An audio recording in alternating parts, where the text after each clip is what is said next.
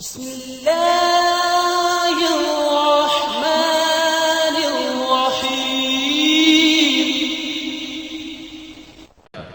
تو ایک دفعہ ہمارے علاقے میں، ہمارے تلمبا میرا ہوم ٹاؤن ہے، اس کے قریب میرا گاؤں ہے، تو ایک جماعت آئی جس میں کچھ پرانے گانے والے تھے، گلوکار تھے، اور ایسے ہی وہ ناچ گانے کے بھی ماسٹر تھے، لیکن اب وہ تبلیغ میں چل رہے تھے۔ تو میں نے ان سے کہا یار یہاں ہمارے خسروں کا اڈا ہے، وہاں جا کے ان کو لے کر آؤ کسی سے۔ وہ گئے تو انہوں نے ایک مقامی آدمی ساتھ کیا، تو اب وہ بعد میں خود بتانے لگے کہ جب ہم نے وہ جھری میں سے جب نوک کیا نا تو جھری میں سے دیکھا تو ان کا بڑا گرو تھا، بھاگی اس کو کہتے تھے۔ تو بھاگی نے پوچھا کون ہے؟ کہ ایک بندہ ہے تے باقی مولوی ہیں، وہ جس کی داڑھی نہیں تھی نا، کہ ایک بندہ ہے تے باقی مولوی ہیں۔ اچھا دروازہ تک کھولو۔ انہوں نے دروازہ کھولا، وہ جا کے بیٹھ گئے، تو وہاں کوئی انڈین فلم لگی ہوئی تھی، وہ دیکھ رہے تھے۔ تو انہوں نے کہا بھئی ہم نے آپ سے کوئی بات کرنی ہے اللہ رسول کی۔ کہنے لگے حالی تسی فلم ویکھ رہے، انہوں نے کہا چا ویکھو بھئی۔ وہ چپ کر کے بیٹھے رہے۔ جب فلم ختم ہو گئی کہا بھئی اب ہم نے آپ سے بات کرنی ہے۔ انہوں نے کہا جی اسی حالی اپنا ریاض کرنا ہے، کرو بھئی۔ تو انہوں نے ناچنا شروع کر دیا، تو آدھا پونا گھنٹہ وہ ناچتے رہے، یہ چپ کر کے بیٹھے رہے۔ انہوں نے کہتا ہے یہ کیوں جو مولوی ہیں جڑے جاندے ہی کوئی نہیں۔ انہوں نے بعد میں خود بتایا کہ ہم نے سوچا جب ہم ناچیں گے تو جو خود ہی بھاگ جائیں گے، توبہ توبہ کریں دے، لا حول ولا پڑھ دے، وہ تو گئے ہی کوئی نہیں۔ میں کہہ لگے ہن سننی پوے گی۔ تو انہوں نے پھر کہا اچھا جی ہن سناؤ کی گل ہے۔ تو وہ ایک ان میں تھا نوجوان، طارق اس کا نام ہے، ادھر لاہور کا ہے، وہ ون مین شو میں بہت ماسٹر پیس آدمی ہے۔ تو اس نے ان سے بات کی، تو ان کا جو گرو تھا نا بھاگی، وہ تیار ہو گیا ساتھ آنے کے لیے۔ تو وہ اس کر لے کر مسجد میں آئے، تو میں نے کہا اس کو پہلے نماز پڑھاؤ۔ نماز پڑھائی، پھر میرے پاس بٹھایا۔ تو میں نے پوچھا کبھی تو نے نماز پڑھی ہے؟ کہا جی بس آج ہی پڑھی۔ میں نے کہا اس سے پہلے؟ کہا جی زندگی میں آج تک نہیں پڑھی۔ میں نے کہا کوئی جمعہ پڑھا ہو؟ کہا جی نہیں جمعہ بھی کبھی نہیں پڑھا۔ میں نے کہا کوئی عید پڑھی ہو؟ کہا جی عید بھی آج تک نہیں پڑھی۔ یہ میرا پہلا سجدہ ہے جو میں نے اللہ کو کیا ہے۔ تو میں نے کہا کیوں نہیں آتے ہو؟ عید تو پڑھ لیا کرو۔ کہا جی لوگ جو نفرت کرتے ہیں تو پھر ہم نہیں آتے، ہم نہیں آتے۔ خیر میں نے اس کو اپنے ساتھ بٹھا کے کھانا کھلایا، اکرام کیا۔ بڑے بڑے اس نے بال چھپا لیے نا، وہ بڑی ساری پگڑی باندھ کے نا، تو اس نے بال سارے سے اوپر کٹھے کر کے یوں پگڑی باندھ لی ہوئی تھی۔ تو میں نے اس کا بڑا اکرام کیا، بڑی محبت سے بٹھایا، تھوڑی بات کی۔ اگلے دن پھر اس کو بلایا، پھر اس کو اپنے ساتھ بٹھا کے کھانا کھلایا۔ اگلے دن پھر اس کو بلایا، تو وہ بڑا حیران ہو کر کہنے لگا جی سانتا جی مولوی نیڑے نہیں لگن دین دے، گلاس نو ہاتھ لا گئے تو انہوں بھی دو چھڑ دین، تسی کیوں جو ہو سانو نال بات روٹی کھوائی جاندے ہو۔ پھر میں نے اسے کہا تم ایسا کرو، یہ دین تیرا بھی ہے میرا بھی ہے، نبی میرا بھی ہے تیرا بھی ہے، تو دین سیکھنے کے لیے تبلیغ میں جا۔ کہا اچھا جی چلا جانا۔ تو وہ 3 دن کے لیے پھر جماعت میں گیا۔ ہوتے اکثر تو یہ مرد ہوتے ہیں، بنے ہوتے ہیں، گزرے۔ یہ کوئی میں آپ کو 6 سال پرانی بات بتا رہا ہوں، 7 سال۔ 3 دن کے بعد وہ واپس آیا ہے، تو اس نے ناچ سے توبہ کی، پہلی صف کا نمازی بنا، داڑھی اس نے رکھی، شادی اس نے کی، اللہ نے اس کو بچے دیے، اب وہ قرآن سیکھتا ہے، نماز پہلی صف میں پڑھتا ہے۔ اور ایک اس نے مجھے آزمائش میں ڈال دیا، انہوں نے کہا گل ہے مولانا صاحب میں نے آمدہ جاندہ کچھ نہیں، میرا خرچہ ہوں ساری ہے جاتی تو تیرے ذمہ۔ میں کہا چلو وہ میرے ذمہ، تو ہے کام چھڑ دے۔ وہ کہا ہم تو تنکا توڑ کے راضی نہیں ہیں، تو اب مجھے کام تو کوئی آتا کوئی نہیں، لہٰذا میرا خرچہ تو نے اٹھانا ہے جب تک تو زندہ ہے یا میں زندہ۔ میں نے کہا چل ٹھیک ہے، جب تک میں زندہ ہوں تو زندہ ہے، تیرا خرچہ میں اٹھاؤں گا۔ اس نے کوئی 10 ناچنے والوں کو بلا کر میرے سامنے ان کے بال کٹوائے، ان سے توبہ کروائی۔ ایک ناچنے والا مجھے پھر نظر آیا، سرخی پاؤڈر لگایا ہوا، اور میں کہا وہ تیرے نال کی بنی؟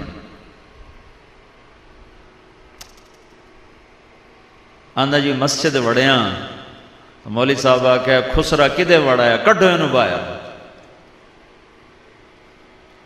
بس پھر مڑ نراواں تے ٹر پے.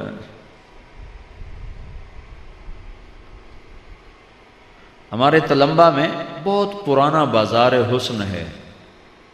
1818 میں رنجیت سنگھ نے ملتان فتح کیا تھا. مظفر خان شہید 5 بیٹوں سمیت شہید ہوا تھا. عبدالی روڈ پر اس کی قبریں ہیں بیٹوں سمیت. تو تلمبا ملتان کا ایک صوبہ تھا اس وقت, بہت بڑا شہر تھا یہ. تو اس نے جب تلمبا فتح کیا تو ملتان یہ 1818 میں ہے. تو شیر سنگھ نے یہ فتح کیا تھا, پھر رنجیت سنگھ بعد میں خود آیا تھا. تو اس نے ایک بازار حسن کی بنیاد رکھی تلمبے میں. اب تک وہ قائم ہے. اب پہلے والی رونق نہیں ہے لیکن اب بھی ہے, سارا کچھ دھندا ہوتا ہے. تو پھر میں نے سرگودے میں ہمارا ایک ساتھی ہے, اس نے وہاں بازار حسن میں کام کیا, کئی لڑکیوں سے توبہ کروائی, کئیوں کی شادیاں کروائیں. تو میں نے اس سے کہا یار تم ادھر تلمبے جماعت لے کر آؤ, میں اپنے یہ جو ہمارے علاقے کی ہیں بچیاں میں ان میں چاہتا ہوں کوئی اللہ کی بات ہو. تو وہ آئے جماعت لے کر اور گئے بازار حسن. تو انہیں وہاں کی لڑکیوں کو اکٹھا کیا. تو ان سے اس نے بات کی اور کہا بیٹیو میں تمہارے سر پہ اماں فاطمہ کی چادر ڈالنے آیا ہوں. یہ کہنا تھا کہ ساری طوائفیں ایک دم پھوٹ پھوٹ کے رو پڑیں اور کہنے لگیں یہاں تو لوگ ہمارے کپڑے اتارنے آتے ہیں, تم کون ہو جو چادر ڈالنے آئے ہو.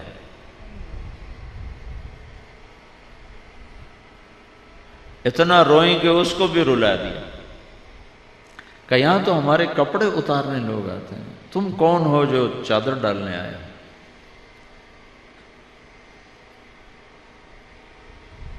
ایمان بھی کیا چیز ہے. پھر خالد عباس ڈار ہے, وہ 3 دن کے لیے ہمارے تلمبے جماعت میں آیا. جواد وسیم ایک اداکار ہے, میں نے ان کو بھیجا, میں نے کہا جاؤ ان سے بات کرو. پھر وہ گئے, انہوں نے ان سے بات کی. تو انہوں نے مطالبہ رکھا کہ آپ کہو مولوی طارق جمیل جو ہمارے علاقے کا اتنا مشہور ہے, لوگوں میں واز کرتا ہے, ہمیں کیوں نہیں اللہ کی بات سناتے, ان سے کہو ہمیں اللہ کی بات سنائے. تو میں نے کہا اچھا ٹھیک ہے. تو وہاں میں نے ایک چھوٹا سا اسکول بھی بنایا ہوا ہے گرامر, بچوں کو اچھی تعلیم دینے کے لیے. تو اس اسکول میں نے ان کو جمع کیا. کوئی 60-70 اکٹھی ہوئیں, کچھ ایجڈ کچھ جوان, 30-35 جوان تھی, دبئی ناچنے جاتی تھیں. تو میں نے ان میں بیان کیا. میں نے صرف کیا بیان کیا کہ عورت کا دین میں کیا مقام ہے. جب یہ ماں ہوتی ہے تو کیا مقام ہے, بہن ہوتی ہے تو کیا مقام ہے, بیوی ہوتی ہے تو کیا مقام ہے, بیٹی ہوتی ہے تو کیا مقام. جب میں نے یہ بیان کیا کہ اللہ کے نبی نے فرمایا تھا کاش میرے ماں باپ زندہ ہوتے, اور نہیں تو میری ماں تو ہوتی, اور میں عشاء کی نماز کے لیے مصلی پہ ہوتا اور سورۃ فاتحہ شروع کر چکا ہوتا, اور ادھر سے میرے گھر کا دروازہ کھلتا اور میری ماں مجھے کہتی بیٹا محمد, تو میں اپنی ماں کی خاطر نماز توڑ دیتا, اور میں کہتا جی اماں جان میں نماز دوبارہ شروع کر ساں, تساں حکم کرو کی حکم. تو وہ اتنا روئیں. وہ کون عزت بیچتا ہے؟ جب مالدار لوگ زکوٰۃ نہیں دیتے تو پھر طوائفوں کے اڈے آباد ہو جاتے, پھر عزتیں نیلام ہو جاتی. قربان جاؤں اللہ کی رحمت. میرے نبی نے فرمایا بنی اسرائیل میں ایک نوجوان تھا جس کا نام تھا کفل. ہر رات نئی لڑکی اس کے پہلو میں آتی تھی. ایک رات ایک لڑکی کو لے کر آیا 60 دینار. 60 دینار آج کے سونے کے ریٹ کے مطابق 6 لاکھ روپیہ بنتا ہے. جب اس کے ساتھ کمرے میں الگ ہوا تو دیکھا تو وہ رو رہی تھی. تو کفل نے پوچھا کیوں رو رہی ہو؟ تو اس نے کہا کفل میں پیشہ ور نہیں ہوں, میں عزت دار ہوں, مجھے بھوک نے یہاں تک پہنچا دی. جب مالدار لوگ زکوٰۃ نہیں دیتے تو غریبوں کی بیٹیاں نیلام ہو جاتی. کیا ظلم و ستم ہے! یہ کوئی تھوڑا ظلم ہے کہ پیسہ ہو اور زکوٰۃ نہ دے، زمیندار ہو اور فصل کا عشر نہ دے؟ تو کفل کی آنکھوں میں آنسو آ گئے۔ اس نے کہا تو میری بہن ہے، جس عزت کے ساتھ آئی ہے اسی عزت کے ساتھ واپس چلی جا، اور میں بڑا کتا انسان ہوں، میرے لیے دعا کر اللہ مجھے معاف کر دے۔ اور کفل کو نہیں پتا کہ اگلے گھڑی فیصلہ کیا ہو چکا ہے۔ وہ بچی گھر پہنچی، پیچھے کفل مر گیا۔ یہ ایسا نامی گرامی بدماش تھا، کل نہ اس کو کوئی غسل دینے آتا، نہ کوئی کندھا دینے آتا، نہ اس کا کوئی جنازہ پڑھنے آتا۔ وہ ایسا غلط انسان تھا، تو میں اس شہنشاہ کی رحمتوں پہ قربان جاؤں۔ ارے تم تو محمد مصطفیٰ کے امتی ہو، تمہارے لیے تو دو مہربان ہیں، ایک اللہ اوپر ہے، ایک نیچے محمد مصطفیٰ ہے۔ وہ تو بنی اسرائیل کا ہے، اس کے پیچھے تو محمد مصطفیٰ کی پشت پناہی نہیں ہے۔ لیکن میرے اللہ نے کیا کیا؟ جب صبح ہوئی تو لوگوں نے دیکھا کفل کی دیوار کے اوپر لکھا ہوا تھا ان اللہ قد غفر للکفل، اللہ نے کفل کو معاف کر دیا ہے، جاؤ جنازہ پڑھو، جاؤ کفن دو، جاؤ دفن کرو، جاؤ کندھا دو، کہ جس رب نے پکڑنا تھا اس نے معاف کر دیا ہے۔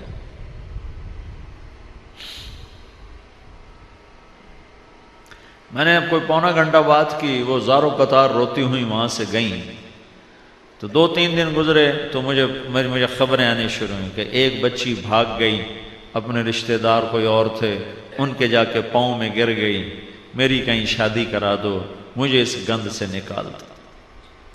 2-3 بچیوں نے توبہ کی کہ اب ہمیں ٹکڑے ٹکڑے کر دو، اب ہم یہ کام نہیں کریں گے۔ پھر ایک بچی کا پیغام آیا کہ میں آپ سے ملنا چاہتی ہوں، ساتھ ہے کہ اس کی نمبردار نہیں، وہ جو بیچ میں پھر بڑی ایجڈ ہو جاتی ہے تو پھر وہ جوان لڑکیوں سے بھی خطرناک ہوتی ہے، جو سودے کرواتی ہے اور کیا کچھ کرتی ہے۔ ایک وہ نمبردار نہیں، ایک وہ بچی، وہ دونوں میرے پاس میرے گھر آئیں ملنے کے لیے۔ تو وہ بچی رونے لگی، کہنے لگی میاں صاحب میری کتھائیں شادی کرا دو، میں نے میرے پیراما وڈ چھڑیا مار مار کے کہ سانو کما کے دے با میں جویں کماؤنا ہے۔ تو میں انہوں نے آکھیا ہوں میں نے ٹوٹے ٹوٹے کر چھڑو، میں ایک گندہ کم نہیں کرنا۔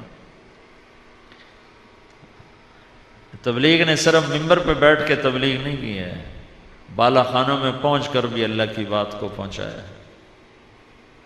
میں نے کہا بیٹی تو غم نہ کر، جب بھی کوئی مجھے مناسب رشتہ ملا میں تیری شادی کروں گا، اور جب تک تیرا رشتہ نہیں ہوتا تیرا خرچہ میرے ذمہ ہے۔ وہ نمبردارنی کی 3 بیٹیاں تھیں، ان کو وہ گھنگرو بندھا رہی تھی نچانے کے لیے، تو آ کر کہنے لگی مولانا صاحب میں توبہ کیتی ہے، میری دھیاں نو بچا لو۔ میں کہا بی بی اللہ بچاؤن والا، میں کی بچا سکنا۔ اب اس نے ایک کی منگنی کر دی ہے اور وہ جگہ ہی چھوڑ دی، اور 3 کو بچا لیا، 3 زندگیاں بچ گئیں۔ تو اس طرح کتنی عورتوں کو میں جانتا ہوں جو بازار حسن کی تھی لیکن بازار چھوڑ کے کوئی شادیاں کر گئیں، کوئی باہر نکل گئیں۔ یہ تبلیغ بڑا عجیب کام، اس نے پاکستان کو سہرا بندھایا ہے۔ ساری دنیا میں پھرا ہوں، اس نے پاکستان کو سہرا بندھایا۔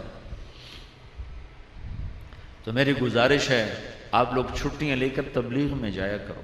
جمعرات کو جب آپ یہاں ہو تو وہ مرکز میں رات میرا بیان تھا، وہاں جا کے بیان سنا کرو۔ جب ڈیوٹی پر ہو تو ڈیوٹی کو عبادت سمجھ کے کرو۔ ایک اللہ کے ایک جہاد ہے جو سرحدوں پر ہوتا ہے، ایک جہاد ہے جو اندر ہوتا ہے۔ جو سرحدوں پہ کھڑے ہیں رات کو پہرے دے رہے ہیں، ان کی ایک رات کا پہرا، اور تم لوگ جو راتوں کو پہرے دے رہے ہو، تمہارا ایک رات کا پہرا وہ اس 100 سال کی عبادت سے بہتر ہے جس کا ہر دن 100 سال کے برابر ہو۔ تو اپنی ڈیوٹی کو صرف تنخواہ نہ سمجھو کہ تنخواہ لبنی، اپنی ڈیوٹی کو بندگی سمجھو، عبادت سمجھو، لوگوں کی خدمت کرو، لوگوں کے کام آؤ۔